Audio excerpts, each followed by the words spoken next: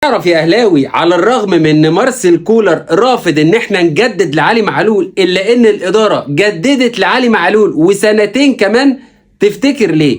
خلي بالك ان كولر مش غلطان خالص انه رافض يجدد لعلي معلول، لانه في الاول وفي الاخر مدرب محترف وعايز باك شمال يسد في الفتره اللي جايه، خصوصا واحنا داخلين على مدعكه. ولكن اللي عودنا عليه دايما الاهلي، ان الاهلي عمره ما بيبيع ولاده وعمره ما بيتخلى عن ولاده تماما. وخلي بالك ان علي معلول ده بصراحة خدم النادي الاهلي بقلبه وخدم النادي الاهلي بكل جوارحه. لاعب تقدر تقول عليه كده جوكر، افضل باك شمال جه في النادي الاهلي وبالارقام. الراجل كان بيلعب ولا كأنه وينج، احرز اهداف وعمل اسيستات ولا اجدعها وينج في قارة افريقيا. بعد كل ده وبعد الخدمات اللي اداها وبعد كل اللي عمله معانا نبيعه كده؟ لا يا برنس، النادي الاهلي معودناش